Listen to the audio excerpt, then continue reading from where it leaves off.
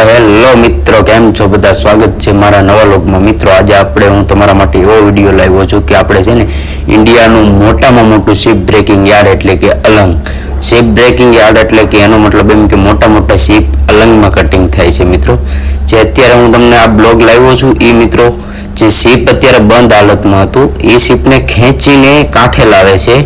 જો કઈ રીતનું લાવ્યું, ઠગ દ્વારા લાવ્યું હતું, જ્યાં સુધી કાંઠે આવી શકે એમ હતું ત્યાં લગી લાવ્યા. પછી હવે હોડકા દ્વારા વાયર લાંબો કરીને હવે શિપને ખેંચે છે. તમને હું આખો વિડીયો ફૂલ બતાવું કઈ રીતનું આખો શિપને ઠેઠ કાંઠે લાવે ને પછી એનું કટિંગ થાય, પછી કઈ રીતના આખી પ્રોસેસ હોય. હવે આપણે વિડીયો જાજા ભાગના શિપના એના બ્લોગ પણ આવશે.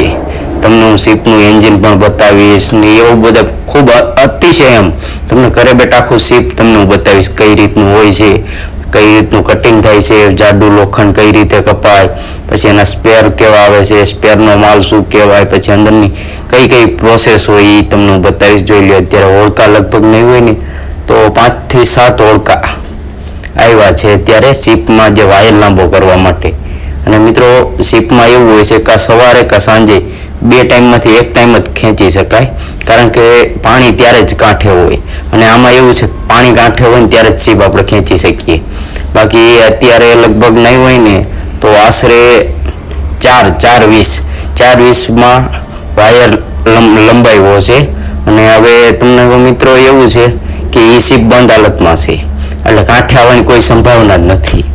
એટલે આ વાયર દ્વારા ખેંચીને 20 પણ હું તમને બતાવીશ કઈ રીતના આખી 20 હોય છે.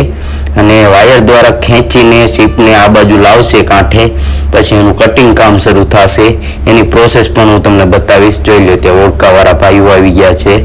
પછી અત્યારે મિત્રો એટલા અલંગમાં શિપ આવેલા છે ને કે એની કોઈ હદ જ નહીં. એમ મિત્રો, ખૂબ જ શિપ આવેલા છે. જોઈ લો, ત્યાં પાણી આવકમાં છે. તમે જોઈ શકો, સામે દેખાય શિપ છે, એને ઠેઠ આ કાંઠા સુધી લાવવાનું છે. જોઈ લો, ક્રેનનું કવડી છે એ પણ જુઓ. પછી એની બાજુનો પ્લોટ છે એમાં જુઓ 2 જહાજ પડ્યા છે. હવે જુઓ, ધીરે ધીરે જુઓ આપણે આ હોડકું પણ આ જાય છે કાંઠે, એ હવે જશે. પછી એમાં માણસોને બેસાડીને શિપ ઉપર ચડાવશે. પછી ત્યાંથી વાયર લાંબો કરીને પૂરેપૂરું વ્યવસ્થિત રીતે કામ કરીને પછી વાયરને પાછો ખેંચશે, એટલે જેથી શિપ આ બાજુ આવી જાય. અને મિત્રો એવું છે કે શિપ એટલે સમજો ને હાવ છેલ્લી ક્વોલિટીનું બંધ હાલતમાં છે, એટલે કોઈ કાળે. જોઈ લો, ત્યાં 20 છે. જો મેં તમને કીધું ને એ 20 જોઈ લો, આવડા વાયર બાંધેલા છે, તમને મેં બતાવ્યા.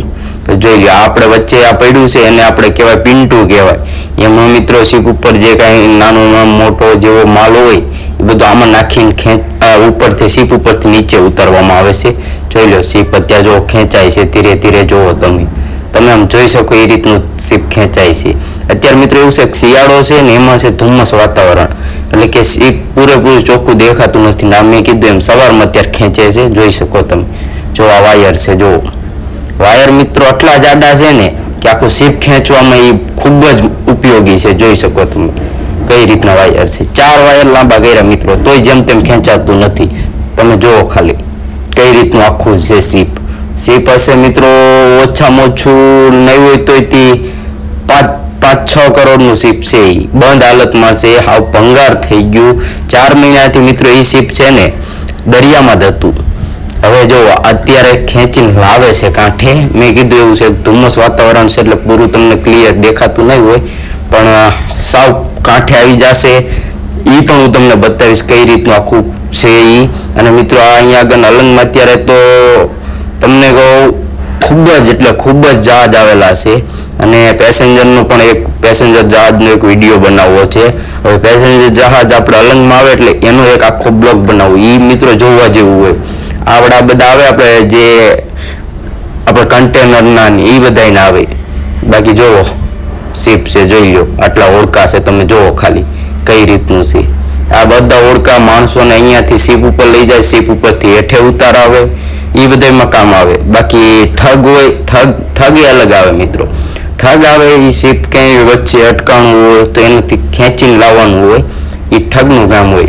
બાકી જોઈ લો હોડકા ને આવું બધું મિત્રો જાજા ભાગનું જે દરિયા વિસ્તાર હોય એ બાજુ આ બધું રોજનું થઈ ગયું, એ રોજ જોયેલું હોય. બાકી અમુક જે સિટીમાં છે એ બધાના નવાઈ લાગે.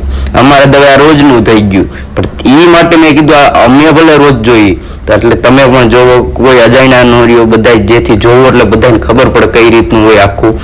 પછી કઈ રીતે શીપ કટિંગ થાય. પછી જે આ શીપ છે એ મિત્રો વિદેશથી આવે આપણે ઇન્ડિયામાં. વિદેશ એટલે કે ચાઇના, ઓલ કન્ટ્રી એમ. એટલે જ્યાં ગણથી શીપ આવે ત્યાંથી ખેંચીને લાવવાનું. શીપમાં ઓછામાં ઓછા 20-25 માણસો હોય. પછી તમે જોવા જેવું હોય એમ, તમે જોવો ખાલી કઈ રીતનું હોય શીપ ઉપર. અને હું અત્યારે પોતે શીપ ઉપર છું, પછી જોઈ શકો આ હોડકાની બધું છે. તમે પાછા વિડીયો પસંદ આવતો હોય ને આવા નવા વિડીયો અલંગના આપણે જોતા હોય તો તમે પાછા કોમેન્ટમાં કહેજો કે અલંગના વિડીયો નાખો એમ. એટલે મને ખબર પડી જાય કે અલંગનો વિડીયો બધાને બહુ ગમ્યો હશે. અને આ વિડીયોમાં એટલો સપોર્ટ બતાવો કે જેથી હું બીજા વિડીયો તમને હું આપી શકું એમ. અને મિત્રો અત્યારે ઠંડી બહુ છે અમારે અહીંયા ભાવનગરમાં. તમારે કેવી છે એ પાછા કહેજો. વિડીયો સારો લાગ્યો લાઈક કરો, શેર કરો, સબસ્ક્રાઈબ કરો.